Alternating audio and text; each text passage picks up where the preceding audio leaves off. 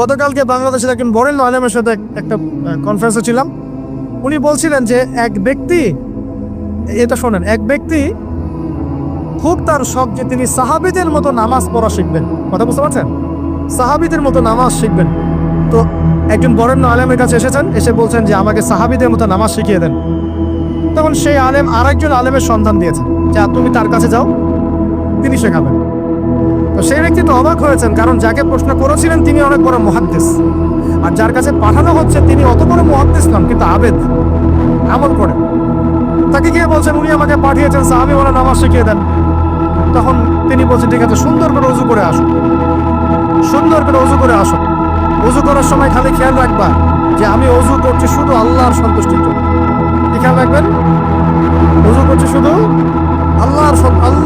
আল্লাহকে রাজি খুশি করার জন্য উজু করছে, আর কোনো উদ্দেশ্য নাই আমার। উজু করতে যাচ্ছে, তিনি আবার বলছেন দাঁড়াও, শুধু আল্লাহকে রাজি খুশি করার জন্য উজু। আবার শুরু করছেন, আবার বলছেন শোনো, শুধু আল্লাহকে রাজি খুশি করার জন্য উজু করো। এভাবে বলতেই আছেন, নামাজে দাঁড়িয়ে আছেন, দাঁড়ানোর আগে বলছেন শোনো, শুধু আল্লাহকে রাজি খুশি করার জন্য নামাজ পড়ো। বলতেই আছেন। এক পর্যায়ে সে ব্যক্তি নামাজ শুরু করবে, নামাজে মনোযোগ এদিক ওদিকে যায়, আর তার মাথায় এটা আসে, এই শুধু আল্লাহকে রাজি খুশি করার জন্য আমাকে নামাজ পড়তে হবে, শুধু আল্লাহকে রাজি খুশি করার জন্য নামাজ পড়তে হবে। এই চিন্তা তার মনের মধ্যে ঘুরপাক খাচ্ছে।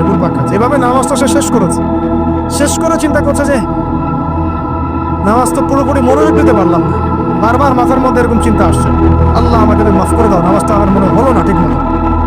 তখন সে ফিরে এসে তার সে ওস্তাদকে বলছেন আমার তো নামাজ এরকম করে পড়লাম, কিন্তু শেষমেশ মনে হলো যে নামাজটা হয়তো কবুল হয় নাই, আল্লাহর কাছে খুব মাফ চাইলাম, আল্লাহ আমাকে মাফ করে দাও, নামাজটা মনে হলো না। তখন সেই যে প্রথম ব্যক্তি যিনি পাঠিয়েছেন তিনি বলছেন এটাই হলো সাহাবীওয়ালা নামাজ। তারা আল্লাহকে রাজি খুশি করার জন্য নামাজ পড়তেন, নামাজ শেষ করে আল্লাহর কাছে ইস্তেগফার করতেন, আল্লাহ কিছুই হলো না, কিছুই।